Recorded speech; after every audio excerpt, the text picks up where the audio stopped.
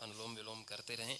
और हमारे आदरणीय भाई पुंडलीक कोहली जी बहुत ही श्रेष्ठ कार्यकर्ता योग के, इनका जोरदार करतल ध्वनि से स्वागत करें।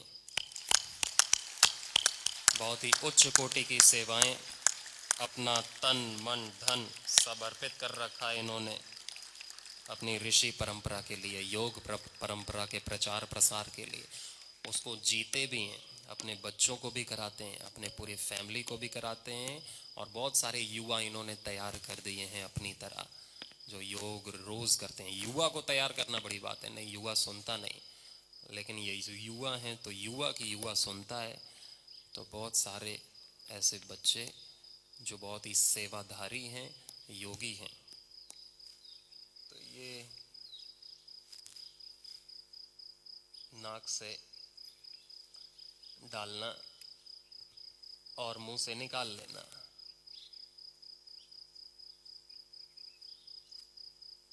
बहुत सुंदर, क्या बात। और फिर ऐसे पकड़ के घर्षण करना।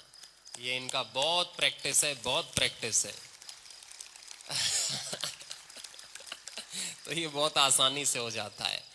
एक एक नाक से भी करते हैं कि दो नाक से ना डाल पाओ तो एक नाक से डाला और वो मुंह से निकल आता है, फिर उसे ऐसे पकड़ के खींच लिया और ऐसे किया तो नाक की हड्डी नहीं बढ़ती कभी भी, साइनस नहीं होता, माइग्रेन नहीं होता, नस नाड़ियां कभी सूखती नहीं, दर्द नहीं करती। ये थोड़ा मोटा पाइप है, मोटा पाइप है। हाँ, तो ये कैथेटर इसे कहते हैं।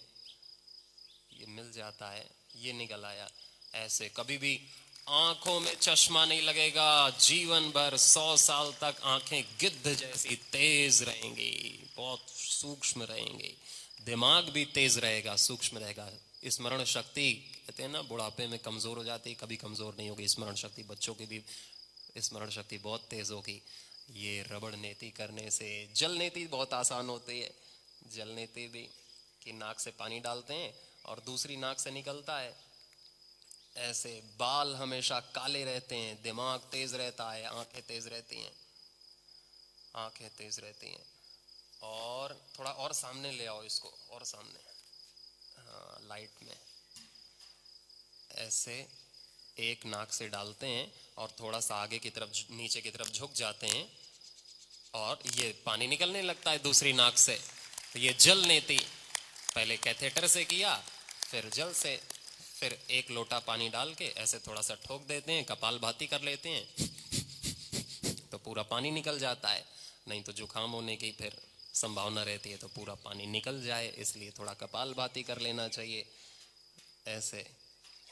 तो ये अब ये बहुत ही गजब की क्रियाएं, ये दोनों ऑन द स्पॉट पूरा कफ निकल जाता है। इनके तो कफ था नहीं, जिसका होता है उसका बहुत 1-1 किलो कफ निकलता है।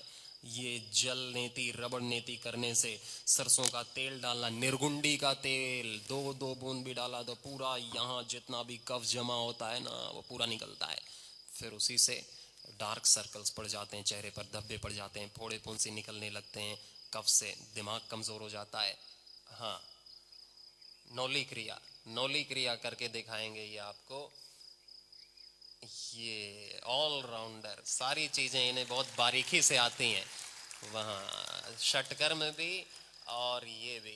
तो वमन के लिए है क्या कुछ ग्लास? अब ये वमन क्रिया करके दिखाएंगे आपको। वमन कफ के लिए भी, जिसको दमा रहता है, अस्थमा रहता है, ये यहाँ पर कफ बहुत जमा होता है या पित्त बहुत जमा होता है पेट में, तो खूब सारा पानी पीते हैं, 2 लीटर 3 लीटर 4 लीटर जितना पी सकेंगे, यहाँ तक आ जाए। और फिर उसको थोड़ा सा उंगली डालते हैं अंदर तो उल्टी आती है, और पूरा फिर झुक करके पेट को दबा करके पूरा निकाल देते हैं तो पूरा कचड़ा निकल जाता है पेट से। किसी ने जहर खा लिया हो, फूड पॉइजनिंग हो गई हो, तुरंत पानी पी करके वमन करने से पूरा पेट खाली, पूरा जहर बाहर निकल जाता है। तो ऐसे महर्षि दयानंद जी ने भी वमन क्रिया करके, जो उन्होंने जहर किसी ने दे दिया था तो उन्होंने पूरा जहर बाहर निकाल दिया, ऐसे वमन क्रिया करके खूब सारा पानी पिया।